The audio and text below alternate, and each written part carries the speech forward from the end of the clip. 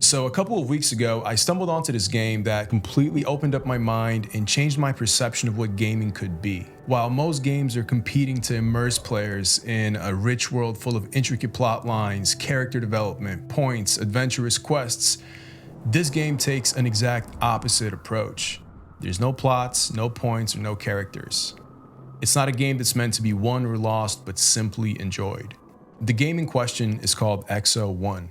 And the whole premise of the game is that you control this ball using gravity on a foreign planet with the idea of exploring the landscapes, launching yourself off of these hills, gliding into the sky, enjoying the majestic views and cinematic music while you just kick back and relax after a long day of work. And if that sounds extremely simple, it's because it is. I mean, there's not much to it. This game isn't really about progress, it's about vibes.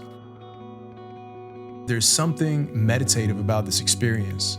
When you don't have to stress about killing bosses or getting to the next checkpoint before you die, you kind of zone out and don't even notice how time flies by.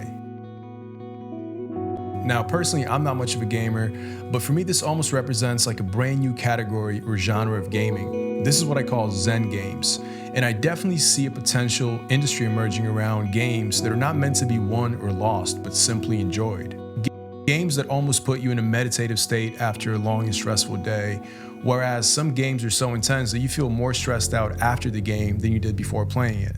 Anybody that's ever played Grand Theft Auto has jumped into the game at some point, aimlessly going around, shooting at helicopters, getting into car chases, completely ignoring the missions, and that in a sense to me is Zen gaming, recreationally exploring a world with no purpose in mind. So when I think about games, I almost conceptualize them in a couple of levels.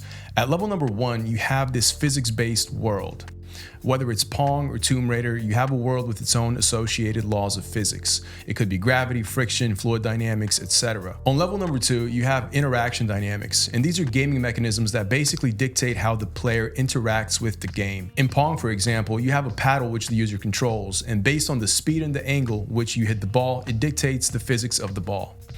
In games like Tomb Raider, you have much more degrees of freedom where basically the player can run around, pick up objects, shoot, swim, jump, and interact with the world in a much higher fidelity. Layer number 3 is almost like a gamification or a point-based progress tracking mechanism. In Pong, for example, this could be the score for each player. In fighting games, this could be the health bar at the very top, or it could be various levels of progress like you have in Tomb Raider and games like that. And the final layer to me is the overarching narrative that creates a deep, engaging story. Now, not all games have that. For example, Pong doesn't really have that.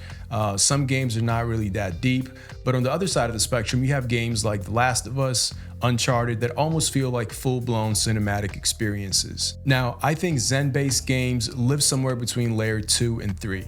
They have their own worlds with laws of physics. They have interesting interaction mechanisms, how you interact with the player or the world around them. But that's where it kind of stops. There's no third layer that tracks your progress throughout the game, that tells you how well you're doing, what you should be going to next. It's almost like this aimless, free exploration that lets you indulge in a game for the sake of indulging. There's no expectation of progressing or getting better at the game as you go along. It's simply meant for you to enjoy and unwind. Now, I don't know if this is going to take off anytime soon, but I predict that there is going to be a market of games that are unlike what we're used to today. These are games that don't have points, bosses, or levels.